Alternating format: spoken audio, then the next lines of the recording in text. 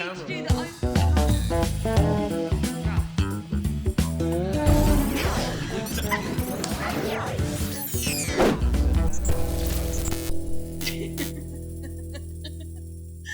So we're back with episode 2 of Beyond the Sale.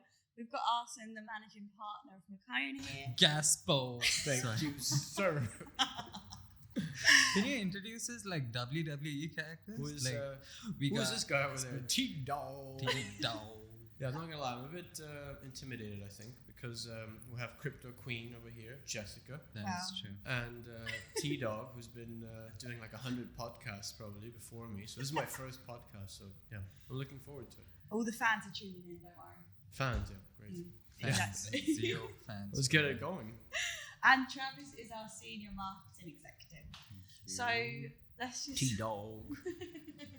AKA. So let's start off introducing yourself, Arsen, and just give us a bit of a background Okay, into you. do I have to do that? Yeah. Ideally. So I actually, Get serious, guys. So I was in Miami, 2009. Was it? No, 2009 is the recession happened. By the way, great movie for people out there that haven't seen The Big Short. Have you guys seen that? No. No, The Big Short? No way. Probably one of the best movies. I'm a Mean Girls type of girl. Mean Girls. Okay, gotcha. Mean Girls 1, Mean Girls 2, right? I'm more a horror thriller. That's where that girl goes into the bin, right? Like the one pushes her and Yeah. goes straight into Yeah. No, but so Big Short is actually about the recession. It's a really good movie to watch. Like if Brad Pitt is in it, so you might enjoy that. And you got a lot of good actors, and it's about literally the actual recession, but in a fun way. Mm-hmm. So if you want to watch, it's like probably one of the best movies ever made. So I would. You've never seen The Big Short? No. That is a statement. When did it come out? Really good. Well, When did- I can't remember really. I don't know. 2006. Yeah, No probably. way. Won't be before the recession, right? Yeah, So- exactly.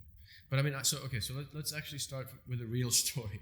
So 2012, I started looking into cryptocurrencies, and I was in Miami. I was in this townhouse, living in Fort Lauderdale. I don't know if you've been to Fort Lauderdale, any of you guys? It's a little like town in Florida, in Florida, and I lived in this townhouse, and I know sports betting is not legal in the UAE, but back in the day in the US it was, and I'm a big sports person. So anyways, long story short, I had this account, and it was on this www.ag.com.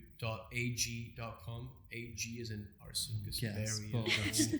So What's the actual full form of the website? Like, what was it? I can't remember. It was such a long time ago. It was like 10 years ago. But I had $10,000 there, and I remember every day I would log in, or whenever I would log in, it would say, "Would you like to convert your money into Bitcoin?" And that was my first like exposure to it. But I never did. Obviously, I never converted it. But imagine if I did. It was like maybe $8. Why didn't you, like, if you knew Bitcoin was a thing? I didn't actually. I had no idea what it was. I was working for this not like charity company running in Flamingo Gardens, the biggest botanical garden. I was like, imagine me like walked to the interview with a suit. You know, everybody's dressed like in shorts, and I came into in this suit. And no, but it was a really good chapter in my life, because I was just dealing with a lot of volunteers. I was managing a lot of volunteers, but again, I didn't know anything about Bitcoin, so I would have never changed dollars for Bitcoin, and I think a lot of people didn't at the time. And this was 2011. This is 2012. 2012. What was the price of Bitcoin back then? So it would have been around like 3,000, and it would have shifted from like 3,000, 5,000, so if you back and forth. average maybe 3.5. Yep. Yeah. And you had 10 grand in your. At $10,000, so I could have in 2012 when I was. This is later. Like when I was looking into it, Bitcoin would have been like $10. I don't know, $10-12. Yeah. So I could have had a lot of Bitcoin, but I never went for it. Yeah. So what about you guys? When was your first like exposure to the cryptocurrency market, Jess? Mine was probably beginning of COVID or something, maybe like 2 years ago. And one of my friends came to me because she had a friend and she was driving around in G-Wagon. She was buying, like, she got penthouses in Chelsea and London. And we all thinking, what does she actually do? And then my friend was like, she's on this trading stuff and like she's doing crypto. And I was like, get me some of that. Get me- I was thinking, I'm going to get a yacht. I'm going to be partying in Saint Tropez. So I put money on H bar, and H bar. H I what? don't think we know what that would be. Yeah. That's great. well, I just went from the fact that What my is friend, it? A crypto platform? H. No, it's like a currency. Oh. So yeah, it's like any one of these like yeah. currencies that's out Okay. there, right? So Chainlink. I Okay. just thought I'm gonna get a yacht. So I just put a couple of thousand on it because my friend of my friend, she'd put some money on it, Pounds, and then right? pounds, yeah. And overnight she'd made £90,000. God. So I was like, wow, I'm actually getting a yacht. So I put a couple of £1,000 What kind of a on yacht were you it. buying? Yeah, Like what were you- £30,000? Okay, maybe not then, but I was thinking long run, put the money in, long-term investment, 10 years Yeah. later, I'll be having it large somewhere. But that wasn't quite the case.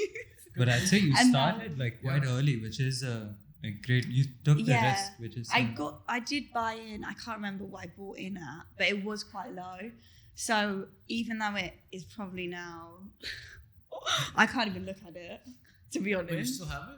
Yeah, H- I've just H left it. bars? Yeah, I've just left it there because Yeah. I just Yes, it's gone down so much. I just Yes, think- once you lose money, you don't even bother selling. no. Like, Well, it's down. So Never I look. just thought leave it there and maybe my Inshallah, thought it goes process- up. Yeah. One day we'll have a look together. What is Exactly. that? Yeah. yeah, So- you both can look at it. I think it's Cry. probably only on £500 or something, which Okay. Not bad. Just lost Very like nice. 1,500. 1500. Yeah. What about you, T? What was your? My first introduction to crypto would be Bitcoin, and I actually got introduced to Bitcoin because of Gasp. It was like Gasp and Anand in the office. Who's Gas? Gaspo, the Gasp myself. Like talking about crypto in the office, and I was like fresh into the market. There was no way I'd like put a single dime anywhere. It was my money's in the bank. Yeah, it's safe. It's safe, let it be there. Let me And then buy some gold Gas would talk bonds. about like Gas would come into the office, talk about dark nodes and freaking guys, what's the price of chain link? I was like, what are these guys on, man? And then Arsen would always pitch in the idea like, bro, price of Ethereum is this, price of Bitcoin is that. And I was like, I would never like put my money into something that I don't know about, firstly, and secondly, I didn't have the risk appetite. Yeah. I think a lot of people get into crypto just because of the appetite of risk you have. When was that? T? This was 2019 when I joined, guys, and you were pitching me freaking Bitcoin to an intern, guys. I wasn't pitching. I was actually trying. No, to you were trying to help me, but again, encourage you. imagine someone coming to you and going like, bro, buy have Bitcoin to right buy- now. You have to, buy. you'll get the yacht, bro. And I'm there like, no, I And you were won't. like, no, I want to buy gold. I want to buy some Yeah, jewelry. yeah, like coming Diamond from, necklace. Big medallion. yeah, Yeah. I was thinking more physical assets like, T had like these, like, gold one and whatever. of these bracelets. I don't gold have bracelets. nothing. I got He's that. dragging his Apple. arm on the shore. Um, and yeah, I think at one point I did go for it. I went for it 2020, I'd say. 2020. Okay, quite recent. Yeah. Yeah, and guess, I'll be honest, it was one of the best decisions I made in my life. Nice. Yeah. So actually, I haven't actually said when I got. So I've all these. Well, first one was a fake story. Second one was Was I didn't actually do anything. So let me actually tell you when I got in. yeah. Yes. So in 2017, and I was saying yesterday, like I made 2 mistakes, right? The whole year. That's probably less than Jess made in 2007. I mean, Yes. I'm not in profit. No. So I made 2 mistakes, and 2 being, I think a lot of people can learn from this. So I was in Vienna in Austria, Chilling. kind of chilling, like working a little bit. 2017 December, and I remember like I was sitting on a couch and I was trying to deposit US dollars or AED into my Binance account. So I used to use Binance and Kraken. There's a couple of exchanges you can use. But the mistake I made was that I was trying to deposit this money, right? And I'm trying to get verified. Number one, you need like KYC. So KYC, know your customer, right? They need to check your passport. Yeah. You know. So by the time I got that, I'm looking at this cryptocurrency called Stellar Lumen. I don't know if you guys have heard of it. Stellar Lumen. No. No.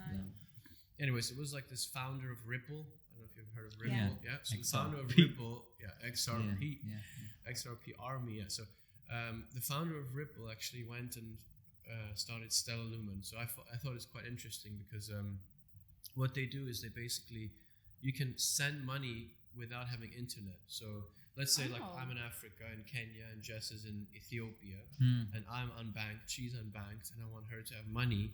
I can actually just send her a text. It's like the Stellar platform allows you to then send money to someone without internet. So I thought, some Stellar Lumen. And but the thing I didn't know obviously is like it's a very high risk, volatile asset, right? Yeah. So anyways, I'm sending this money. By the time the actual money arrived, it started off at $0.1 at the time. But by the time the money actually reached the account, Stellar Lumen was already at 90 cents. So every day I'm watching this thing go like 20 cents, 30 cents, 40 cents. But how long did the process take took back 3 then? weeks. It took. Jeez. So number one lesson is to send the money ASAP. a lot earlier before you want to buy. Yeah. Have it sit there in the account, so when the opportunity comes, you can pounce on it, right? Yeah. Agreed. That's Because it takes sometimes a while, doesn't it? Obviously, Yeah, for it to Even go till through date, it. it takes like about 3 days for me at least. Even when I hit put my stuff account. into Binance, it takes that. Yeah, with some Quite a people, bit. like Gareth, for example, one of our employees, he does a little bit of crypto sometimes, and he deposits from his UK bank account and it goes straight into his account within like 1 hour. So I didn't have that. I don't know why. Like maybe it was very congested during Christmas, and there was like that FOMO, right? And that's the second thing, FOMOing in, right? So I watched this thing go from 10 cents to 90 cents. Instead of saying now, okay, it's 9 times more, let me wait for it to come down. What did I do? Dumbass I am. I put the entire amount at 90 cents, and I watched it come from 90 cents down back to 10 cents. Yeah. Yeah. So that was my first Was experience. it one of your biggest losses? Or No, definitely not. No. So like wins, like I would say wins and losses. Like I would have been a lot recent. I think I went from. I'll share it because it's like whatever. It's a podcast, so I might as well. I went from investing around like $50,000 into cryptocurrency, all the way up to like $800,000, which is like I don't know 2.7 million dirhams, and then now back to, since this whole bloodbath in the last like 6 months, back to around like maybe 200,000. So down quite significant, down 600,000, I guess. Still up from the beginning, but down from where Don't I worry, was. it's coming back. I hope so, yeah. We had a good day today, right? So slowly coming back. Hopefully, it's just gonna. But how do you track your losses? Like when you put money in it, do you just keep it in this big boy here, or do you? No, not in this big boy. No, I just. Do you actually? So I use this app called Delta. It's quite easy to download for people. Just go App Store Delta, DEL. And it tracks your entire portfolio. And then you can add whatever you own. So you could say like I own this amount of Bitcoin, Ethereum, Chainlink at this price. You can add your stocks to it, and then it will actually automatically refresh. It takes the feed from these platforms. It's really good. Yeah. It's a little bit, gives you a bit of anxiety because if you're refreshing, you're down like $50,000 in one day.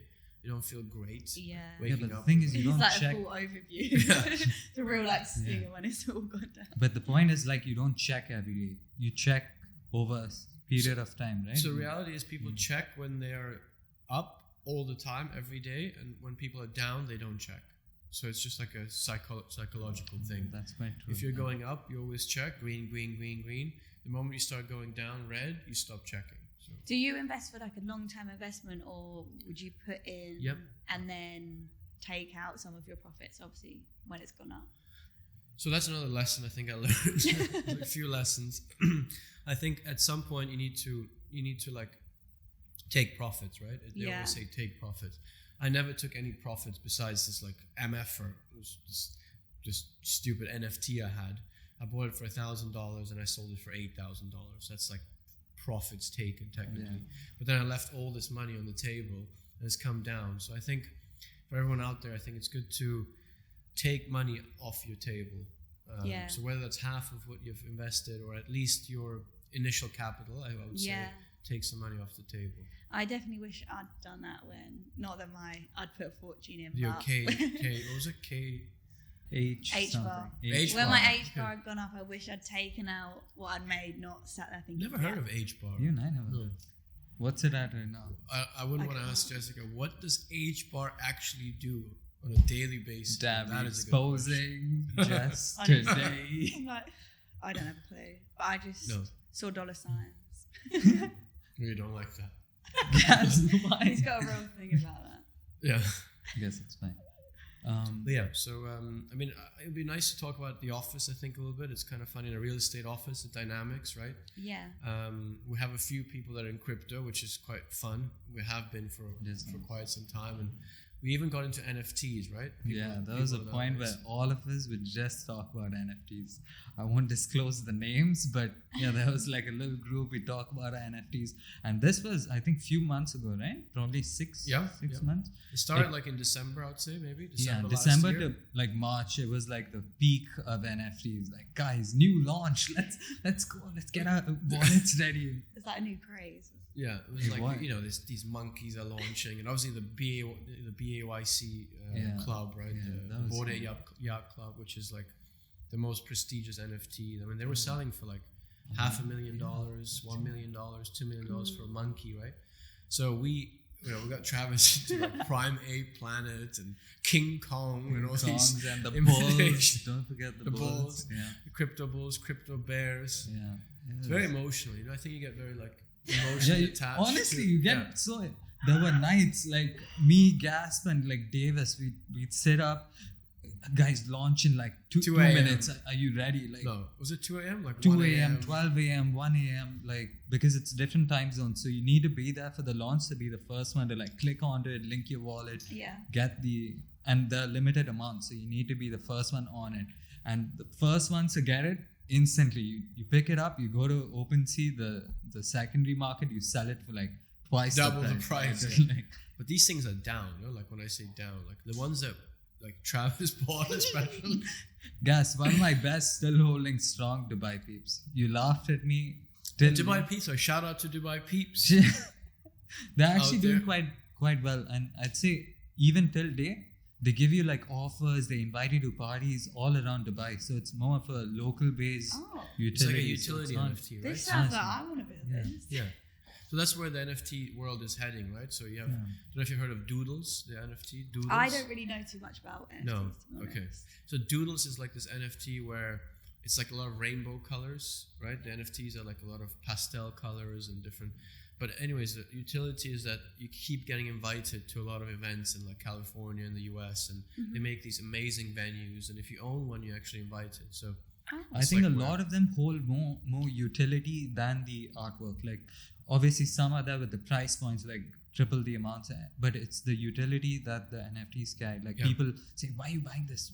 I can draw that." Like, you can draw that, but can you get me? Yeah, like Gary V, right? Gary V's first collection. He's launched like 2. Have you heard of Gary V? I'm sure you're in social media, Jess. So you might have influencer. Gary V. I don't actually know who that is. No, Gary V. So he's quite big into just like raw social media, just putting the camera on himself and just talking. And I think he started quite young.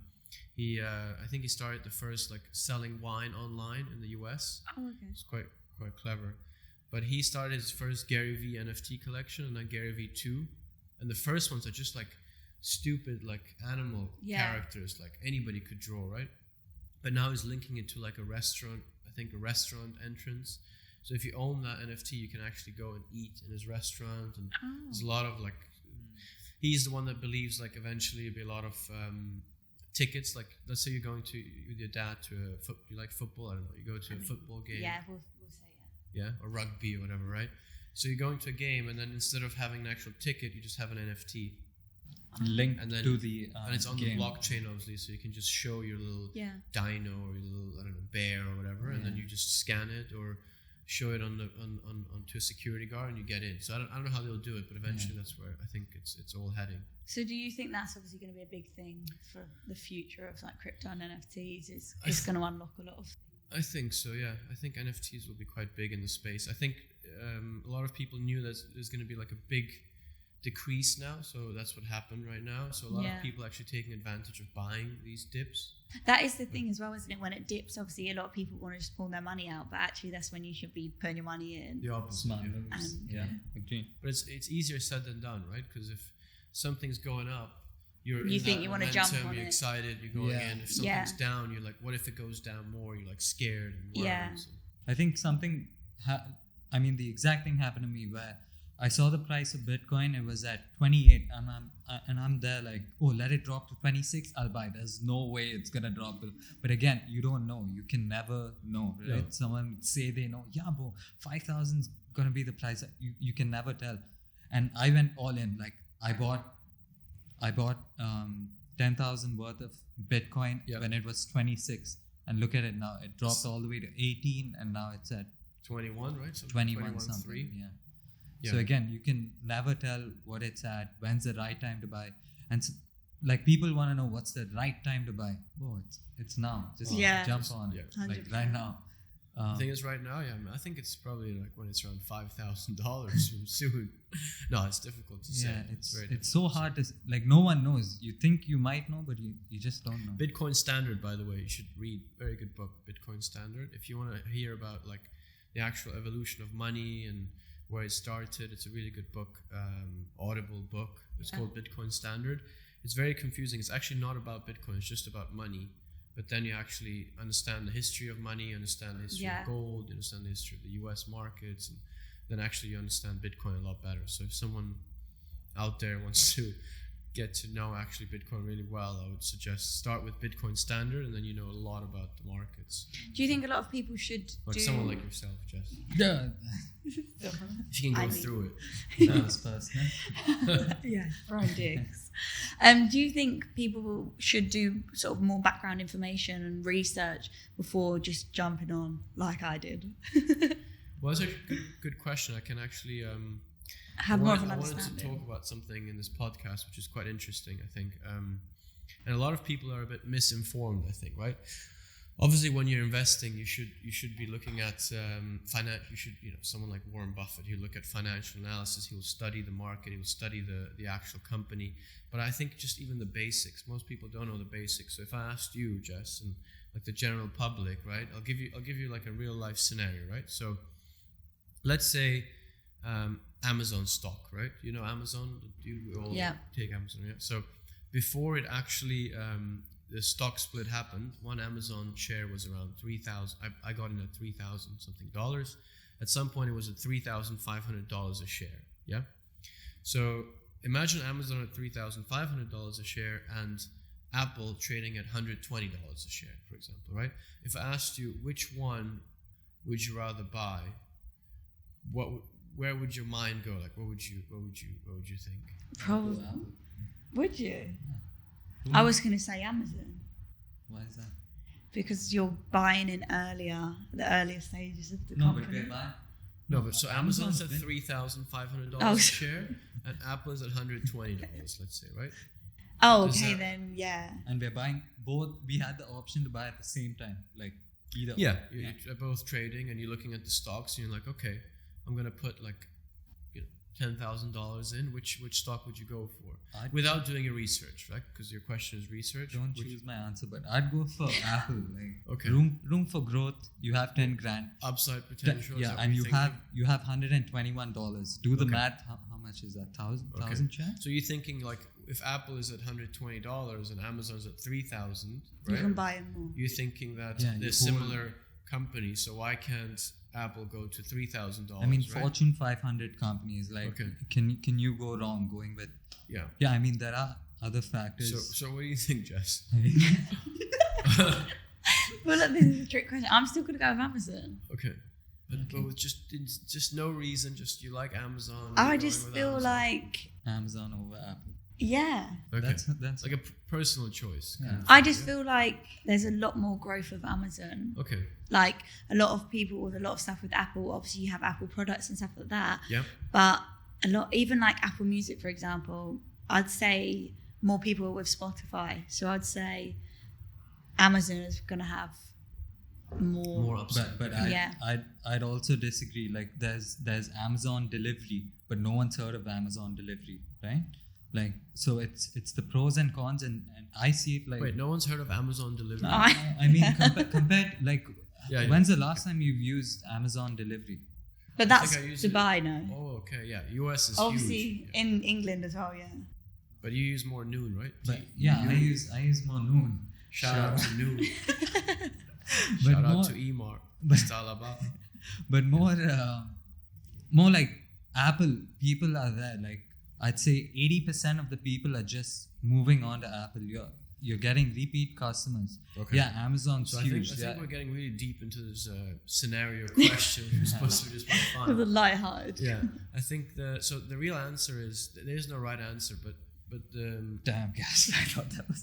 but the price. Never look at price of an asset, because a lot of people do that mistake out there. So they think because something is cheaper as a stock value, it has a lot more upside. So for example, if Ripple is at 50 cents and Bitcoin is at $20,000, Ripple can have so much more X, right? X10, X20, X100.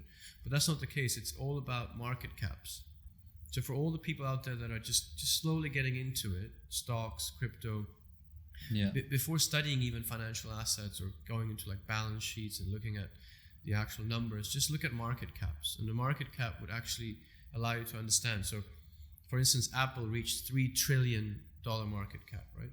And then Amazon would have reached, I don't know, maybe 1.5 or 2, I can't remember really exactly. But that's how you know how much an asset is valued. Yeah. So it's basically stocks, outstanding supply of stocks times the price. So never look at price. That's one thing I would say. Same thing with Bitcoin. There's only 21 million Bitcoin to be mined, and now we're at 19,300,000, I think, or something like that. So don't look at it like Bitcoin is 20,000, 21,000, so I shouldn't get in, because Bitcoin could go to 500,000, could go to 1 million. It's not about the price, it's more so the market cap. Yes, I'd agree. Yeah. something to keep in mind. I read earlier like the price of Bitcoin would cap in the year 2140, which is freaking insane. Yeah, Yeah. that's where all the supply will be mined. Yeah. Yeah. You guys know roughly how it's done, right? So the mining of the halving happens, right? So every 4 years, it's quite No. simple. Like, Yeah. so every 4 years they just halve. So every 4 years. So I think it's the next one is in 2024, if I'm not mistaken. So it will go from a block reward of like 6.25. So right now, if somebody solves the algorithm, so if one of the networks, one of the computers solves the algorithm of Bitcoin, then they get rewarded with a block reward of 6.25 Bitcoin. Yeah. Okay. So every 4 years that goes halves. That's why it's called a halving. So it'll go to 3.125, and so on and so on. Yeah, every 4 years. So that's why So it just eventually reduces by half. it reduces the supply of Bitcoin. That's why it's Yeah. called like hard money, because Yeah, of limited supply. So let's talk about what's happening in the current market. Yeah, I think current markets. I mean, we obviously all are bleeding out there. That's in crypto. But what's interesting is actually looking at if you go to coinmarketcap.com, that's what I use. A lot of people use that. You can actually see that I think the market cap of crypto is at 930 billion, and the peak was 3 trillion. So we are down A lot. somewhere around like 65-70%. Yeah.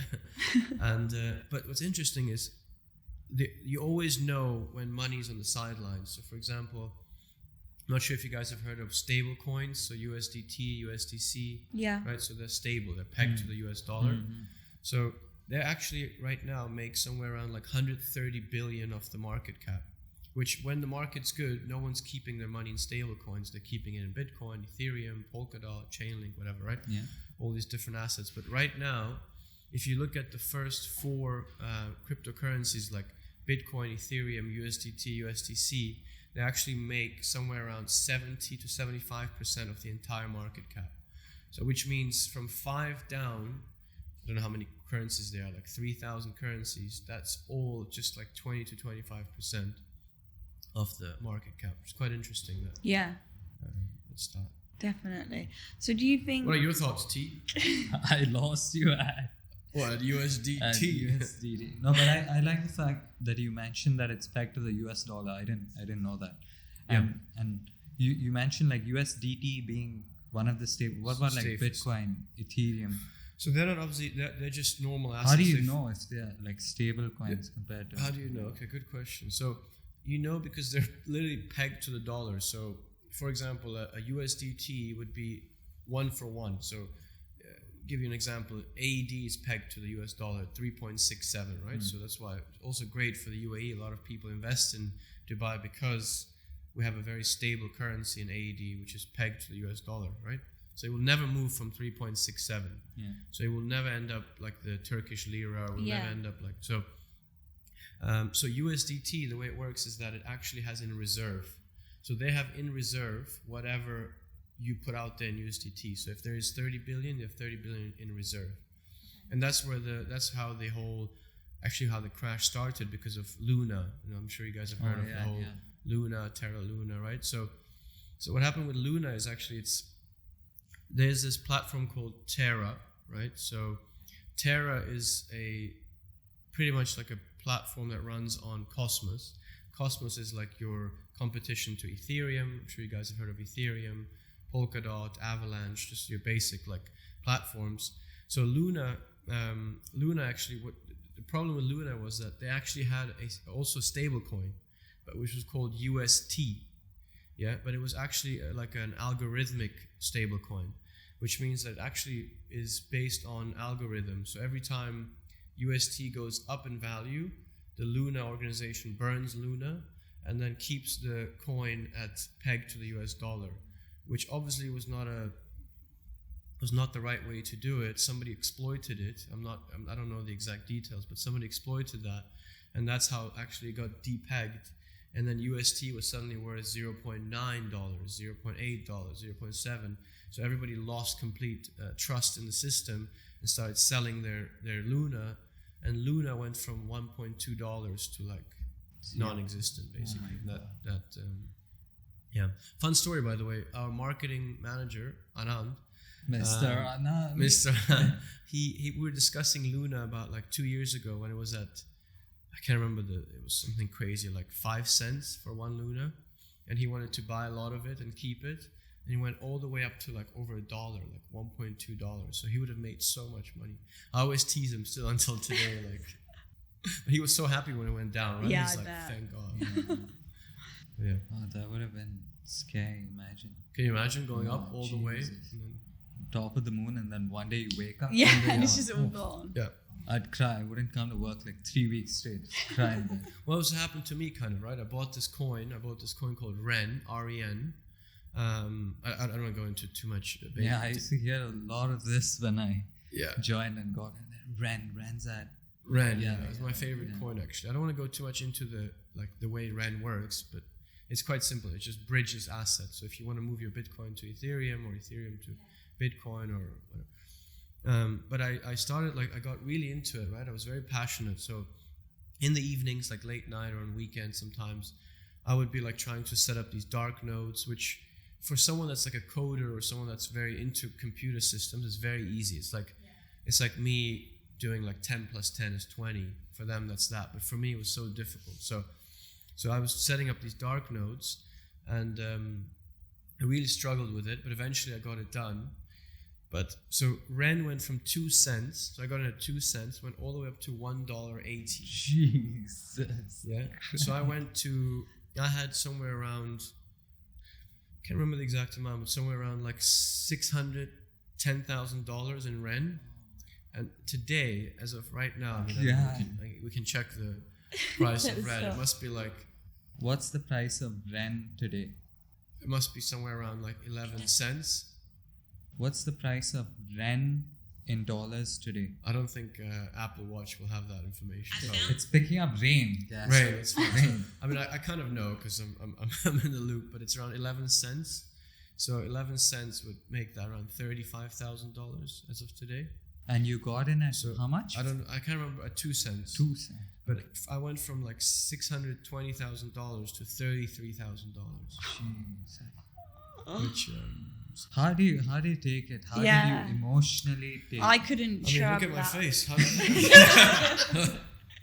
I could not shrug that off. Yeah. I've just gone through like. Yes.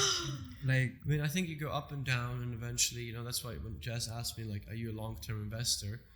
Yes, but I mean, I could have sold like half of it, right? Let's say I sold $400,000 worth, put my 1.5 million dirhams in my bank, keep the rest. If it goes down, I'm okay with it. But I didn't do that, right? So that's like, again, a huge mistake that people do, like always take profits in real estate, in crypto, in stocks. But you can never tell, like, when's the right Warren time. Buffett's here. Like, we're not going to sit on it for 30 Yeah. years. It's very difficult to do that. Yeah, that's true. I definitely think that is something that I'm going to do from now on. Whenever anything goes up, I'm just going to take back what I put in and then just But leave it's the so rest hard off. to tell. Like, you always want more, right? Imagine you're up 50%. Yeah, You're and like, then it no, carries on going up. yeah, you're and then like, it what keeps have I going done? up. You're having your fingers and your toes crossed. You're like, yeah, 80%. Let it touch 80%. I'll buy. Boom. And then it just goes bang. 55 and then. Have you guys heard of Mr. Wonderful? I don't know if you've heard of Mr. Wonderful. No, it's not. I don't know if he calls himself that or people call him that, but he's this very wealthy billionaire. He's on Dragon's Den. No, Shark Tank. Oh, I know. You know Shark Dragon's Den Yeah. in the UK, like they. Yeah, I know what Dragon's Den is, but yeah. Shark Tank. So Shark Tank is the US version. Oh, of, okay. of Dragon's Den.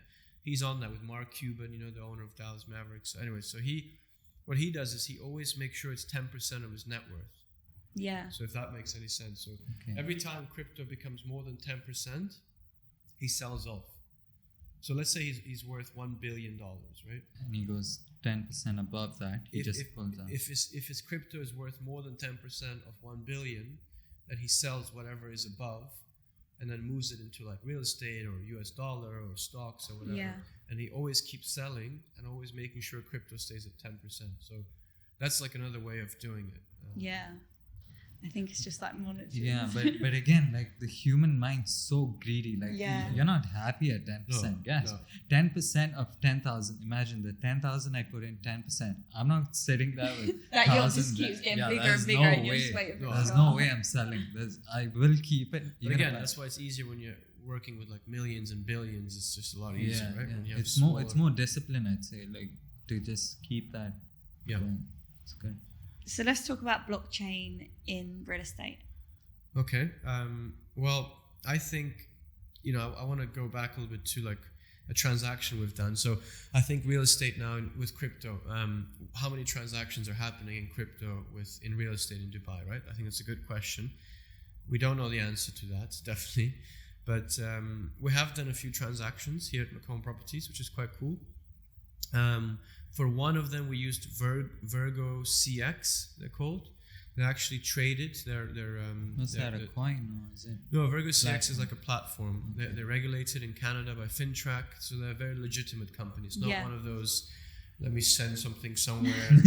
I can Yeah. just Let me get out So of it's like there. very legal procedures to have certain like charges for if you're sending USDT to a wallet, be X amount of percentage if you want to move that to AED. So it's like very simple, very straightforward.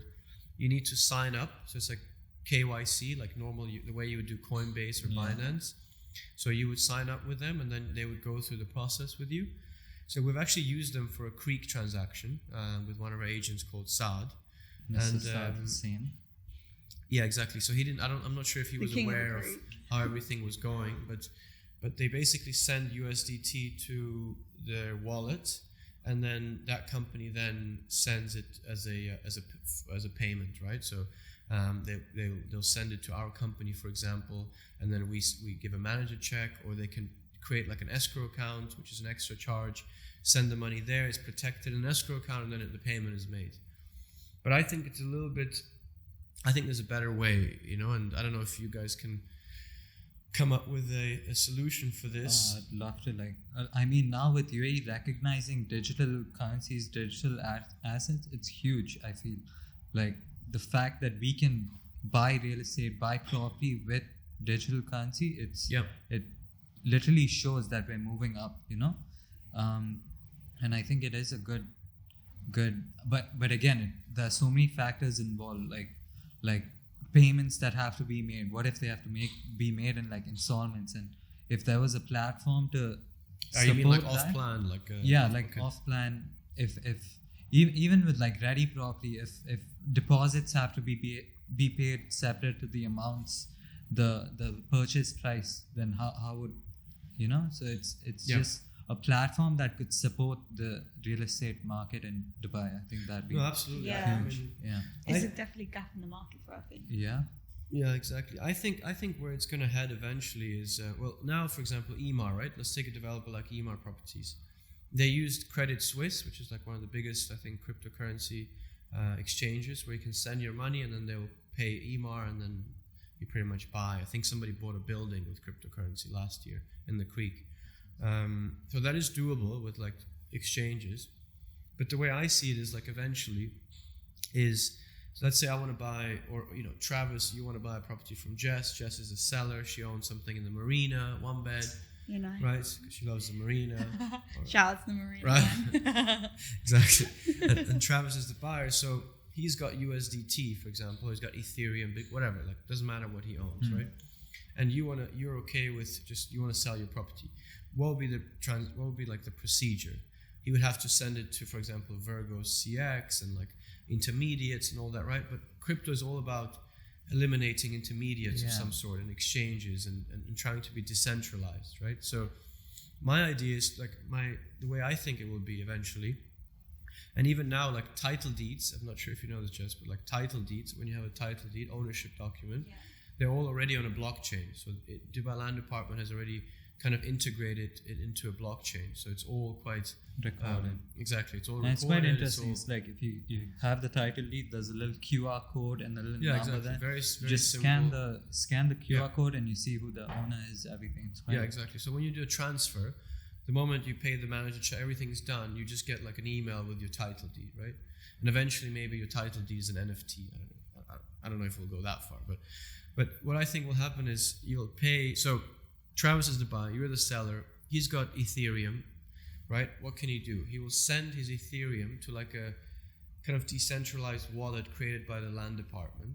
His Ethereum will go straight there, will sit in that wallet, and it won't be like centralized so people can hack it. So I don't know how they'll create it, but that's, I'm obviously not like a coder or an IT guy like that, but the basic idea, like the vision, it would be that. So it'll be held by the DLD until...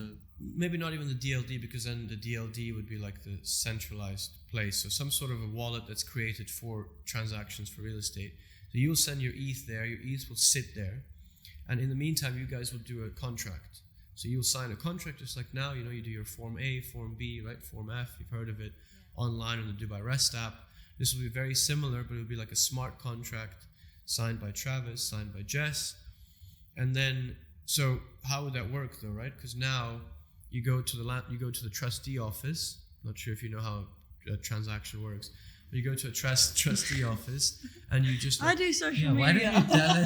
Why don't you tell us how the trustee office Yes, so you lodge a check, right? So you have all the forms are ready, buyer and seller turn up with the NOC, etc. And you have the actual check, the manager check. You give it to the trustee office, to Mr. Abdul Rahman, for example, right? And he holds that check. So he holds that check and the agency check and the land department, the 4% check, and he only gives it to the seller once the new buyer receives their new title deed. Okay. So it's very safe. Yeah. So he holds it, you get your title, Travis gets his new title deed over email, you get your check. You guys part ways.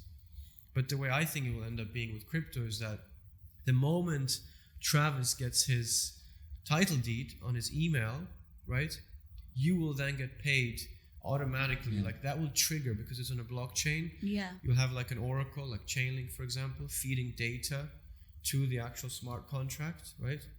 And then the moment the blockchain understands that the title deed is in Travis's name, then the wallet will pay you out in your wallet as a form of Ethereum, for example. I think you might have confused Jess there. No, it's just going to speed the process up, basically. If that makes sense. Long story short. But it's quite interesting. Like you send it to like a centralized... This is $1 billion idea, by the way. Yeah, that is actually... Get that trademarked quick. But it's insane, and I hope to see that Dubai implements something like that. I think they will. That'd be huge. I think they will, because they need to make it simple. Yeah. So that people actually don't. How long would the process of digital currency payments take compared to how it is being done now? Well, it's very quick, right? I mean, you don't have to send money. So, for example, you're transferring from Sweden to the UAE, so it could take 2-3 business days. You might get a lot of questions from the bank. Can you please send me why you're sending the money, where it's going? Me, for example, I'm a US citizen. I used to be with Emirates MBD. I paid like 1,000 dirham bill and they would question me, are you paying somebody Sudanese or Iraqi national, or are you a terrorist? Here I am, nice guy, working hard, making that dough, law-abiding citizen, right? So very, can't even buy a cheese croissant. Can't even buy my fly net for my apartment in the Greens. So, so to answer the question, I think it takes. Look, if I take out my phone now, and you have a MetaMask wallet, like let's say you have one, Jess or Travis. Let's say one. I send it to you. No, if I send you ETH to your MetaMask wallet, it will take literally 3 seconds, 3 to 5 seconds, and the money will be in your wallet. So you much faster transaction. So it's great. Like you could send it from, let's say you're in Sweden, you're in Sudan, wherever you are, in India. You send the ETH to MetaMask, or you send the Bitcoin to whichever ledger or wallet. It takes, obviously Bitcoin is a lot slower because you need, I think, 8 confirmations or something, 12 confirmations. So it's a lot slower, but ETH goes really fast.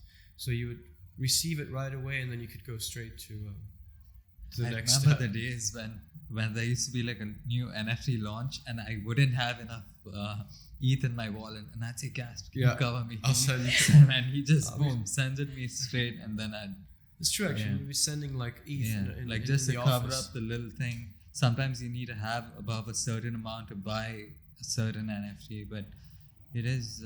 It's a lot of fun. I mean, I think for everyone out there, at least to like just get into it a little bit, have some fun. Yeah. But it also comes down. Yeah, it does come to risk appetite, like how hungry you are for, like trying new things. And everyone says don't put in too much, and that obviously don't anything that you can't afford to lose. You can't afford to lose. I think everyone knows like those cheesy, like all the lines, right? It's like don't afford what you can't lose, or don't put in what you can't afford to lose.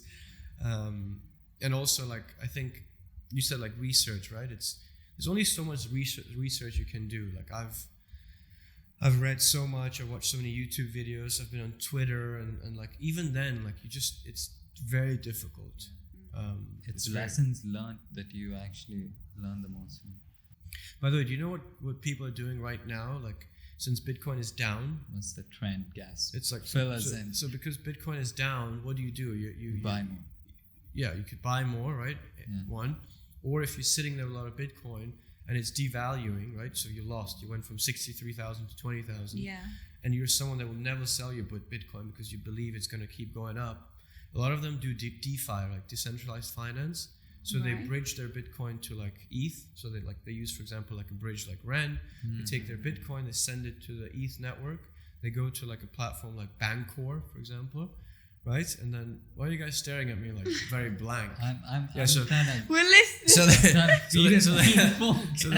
I think what we get. D5. You're throwing these words D5. Yeah, exactly. So they would bring it to like Bancor, for example, and they'd earn interest on their Bitcoin to offset their losses.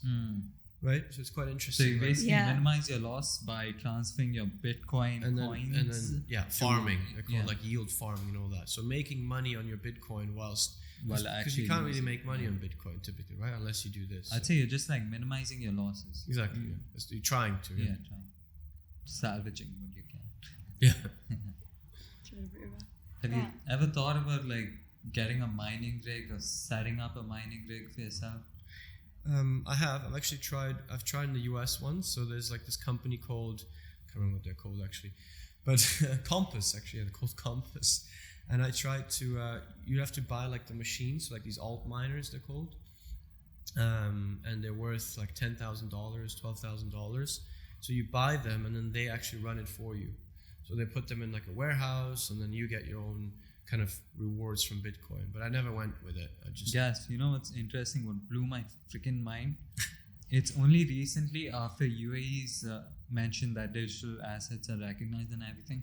If you search mining rigs on Dubizzle, you can buy them. You can actually buy them, and there's a whole section called mining rigs, cryptocurrency little bracket, and the prices I've seen, yes, they go from like 13,000 dirhams to like 100 and something thousand dirhams, and you look at these things, they look like freaking war machines. It's like it's like this big RTX, AMD, whatever processors. They look mad. Really cool. Yeah. I mean, you can. I know for a fact that now in Dubai they're mining even like in like I don't know what's it called. It's like mineral water or something.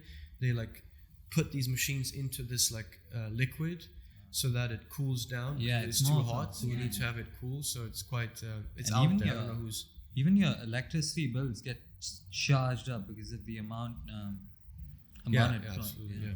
It's a But lot no, of I'm not. factors. I'm And not into that kind of stuff. I actually mine Bitcoin through these dark nodes, so that's how I do it. It's very It's a very unconventional way of doing it. But when you think about it, like the price you're paying for it, these guys actually give you numbers you can like rely on. Yeah. And they tell you you'll make up the amount you spend for in like 2 years. You think, 2 years is a long time, but you need to take in consideration how much you're paying for and how much you're getting out of it. Like, But it depends on the price of Bitcoin, right? So As if well, it's, yeah. if it's a lot more, you get a lot more back. So let's say you bought the machine at $10,000 and Bitcoin is at 100,000, then you're doing great because you're earning rewards based on the 100,000, right? But imagine you buy it in Bitcoins like 5,000, then your rewards are a lot less as well. So it just depends on that, obviously. But I mean, if it I can't say it guarantees you a fixed amount, but if it gives you something around that fixed amount, then honestly the price wouldn't matter so much because you still hold like, if you're course, making 0.006 If you eventually a day, believe Bitcoin's going to be up, then you're just collecting. I'm a your believer, Bitcoin. yes. I'm a Bitcoin believer. We're all Give me a believers. shot. Crypto Queen Jess, shout out to Well, my hefty stats. Well, thanks a lot, guys, for the for the podcast. I had a great time. I Thank think, you, guys, for the knowledge. Yeah. The I youth hope- of crypto. Yeah. I hope I could Crypto shed bar. some light. Although I feel like it wasn't that informational, right, for the people out there. No, it definitely was. Yeah. I mean, info is info, guys. You learn new things every day. Yeah. So thank you for this lovely opportunity. Basically, we'll just update everyone when we're all going in. What's that smell? Yes, I know something. What's this, man? Money. Money.